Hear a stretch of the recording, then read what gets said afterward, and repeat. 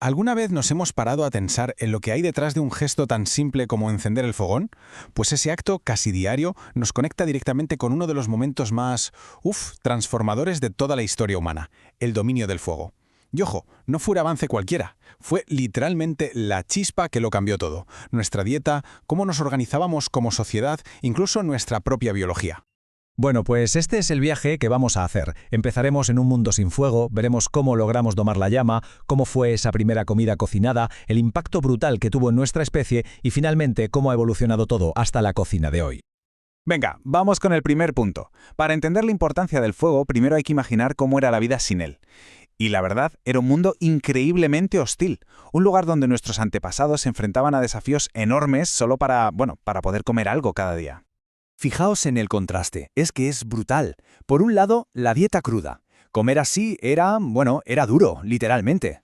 Alimentos difíciles de masticar, de digerir, y encima muchos de los nutrientes se quedaban bloqueados, sin poder aprovecharlos. Por no hablar del riesgo constante de pillar enfermedades. Y por otro lado, la dieta cocinada. De repente todo era más fácil de digerir, se desbloqueaban muchísimos más nutrientes, y claro, era infinitamente más seguro. La llegada de la cocina, fue una auténtica revolución. Nuestros ancestros más antiguos, como los Australopithecus, tenían una dieta que nos recordaría a la de los gorilas de hoy en día. O sea, semillas, frutas, lo que encontraban. Comida muy oportunista, se comía allí donde se encontraba. Pero luego, con el Homo habilis, llegó un cambio clave. Se empezó a introducir la carne cruda.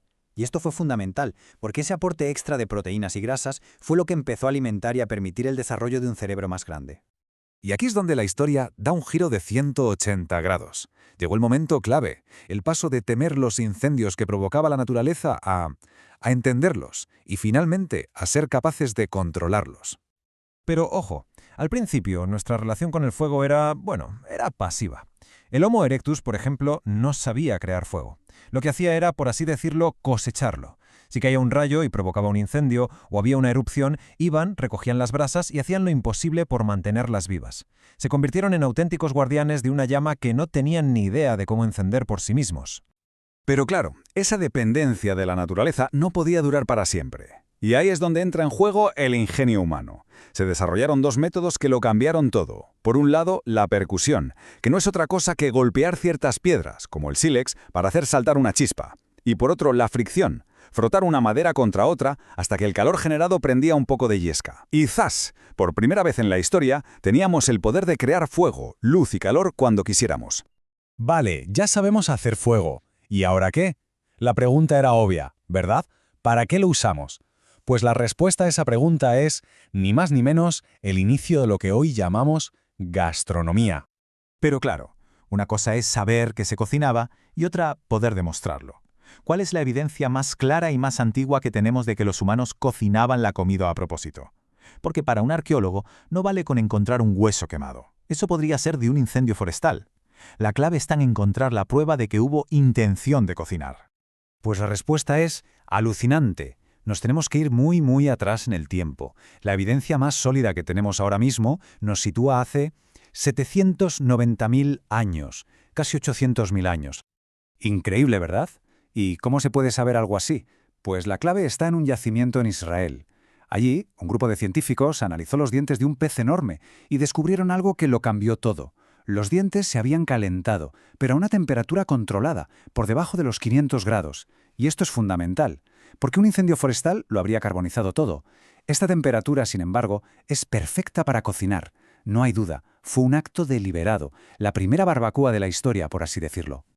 Porque vamos a ver, cocinar no fue solo una nueva habilidad como aprender a tallar una piedra. No, fue un auténtico motor de cambio que nos redefinió por completo como especie.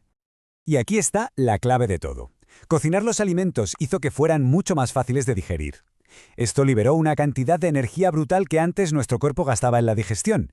¿Y a dónde fue toda esa energía extra? Pues al órgano que más consume, el cerebro. Esto impulsó un crecimiento cerebral sin precedentes en el Homo erectus, y un cerebro más grande nos permitió fabricar mejores herramientas, planificar a futuro y nos dio la capacidad de adaptarnos y sobrevivir en climas mucho más fríos, permitiendo la migración por todo el planeta. Y el impacto no fue solo biológico, también fue social. La hoguera, el fuego, se convirtió en el primer centro social de la historia. Pensemos en ello. Era un lugar que daba calor, que protegía de los depredadores por la noche, pero sobre todo era un lugar para reunirse. Alrededor del fuego se compartía la comida, se comunicaban, se contaban historias, se transmitía el conocimiento de una generación a otra. Aquí, alrededor de esa llama, es donde la cultura humana de verdad empezó a florecer.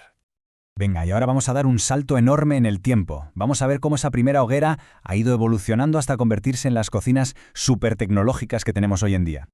El camino, como se puede imaginar, ha sido larguísimo. Tras los primeros métodos de la prehistoria en la antigüedad, ya vemos el desarrollo de hornos, la invención del pan, la cosa se va sofisticando. En la Edad Media la cocina se vuelve más estructurada, por ejemplo en los monasterios, y empiezan a llegar las especias. Luego, en la Edad Moderna, con los viajes a partir de 1492, hay un intercambio global de ingredientes que lo cambia todo. Y ya en la Edad Contemporánea, la revolución industrial nos trae los primeros electrodomésticos. Y esta evolución se ve perfectamente también en los materiales que usábamos. Empezamos con lo básico: piedra, hueso, madera, para moler o para ensartar la comida. Luego, con la edad de los metales, pasamos al cobre, al bronce, al hierro, y con ellos las primeras ollas, cuchillos de verdad. En la Edad Moderna ya tenemos el hierro fundido, el acero, las sartenes antiadherentes, hasta hoy, en el siglo XXI, con cerámicas avanzadas, silicona y, electrodomésticos inteligentes que casi cocinan solos. Cada material nuevo abría un nuevo universo de posibilidades en la cocina. Así que, si nos quedamos con una idea, es esta. El fuego fue muchísimo más que una simple herramienta. Fue conocimiento, porque nos permitió transformar nuestro entorno. Fue unión, porque nos ayudó a crear comunidades. Y fue progreso, el verdadero motor que nos impulsó como especie. Y con esto llegamos al final de este viaje. Hemos pasado, como hemos visto, de una hoguera primitiva a una vitrocerámica digital. Pero la historia, claro, no acaba aquí. La evolución sigue. Y esto nos deja con una pregunta en el aire. Una pregunta fascinante. Si el fuego fue esa primera gran revolución culinaria, ¿cuál será el próximo fuego? ¿Qué nueva tecnología está a la vuelta de la esquina para volver a cambiar por completo nuestra forma de comer?